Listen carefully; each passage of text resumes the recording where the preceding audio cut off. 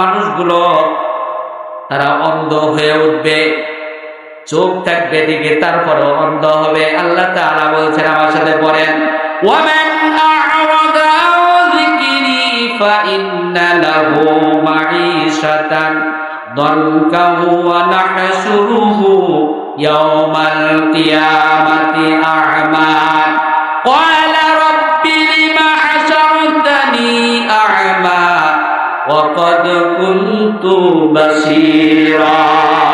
জোরে আল্লাহু আকবার বলা যাবে? আল্লাহ রাব্বুল আলামিন বলেন, আর যারা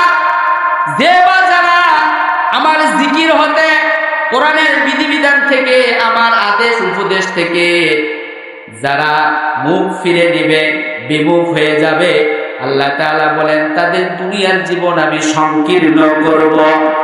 আর পরকালে ওই মানুষ যখন কবর থেকে উঠবে, আমি ওই মানুষটাকে আমি অন্ধ করে উঠাবো।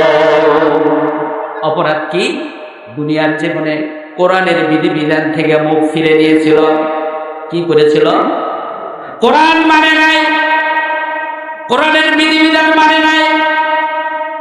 এই কোরআনের বিধিবিধান ফলো না করার জন্য ওই মানুষটা কবর থেকে ওঠার সময় সে কানা হয়ে উঠবে।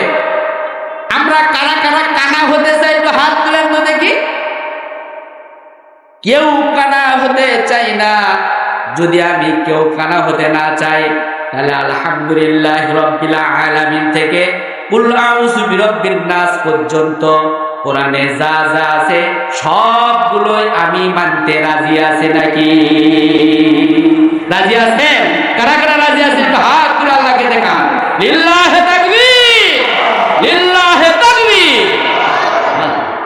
প্রিয় ভাইরা আমার, আল্লাহ বলেন, বান্দারে তুই খালি কবর থেকে ওঠার সময় তোর চোখটাই খালি কানা হবে না।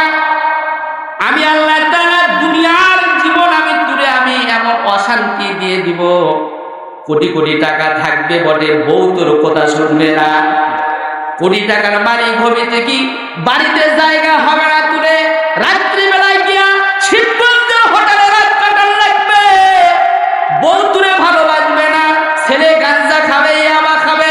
কোটি টাকার মালিক, শুধু কোরআন ফলো না করার কারণে আমি আল্লাহ তাআলা তোর দুনিয়ার জীবনটাকে এমন অশান্তি বানিয়ে দিব যে টাকা থাকবে ঠিক কিন্তু শান্তি থাকবে না। একটু ভালো করে একটু ব্যাটে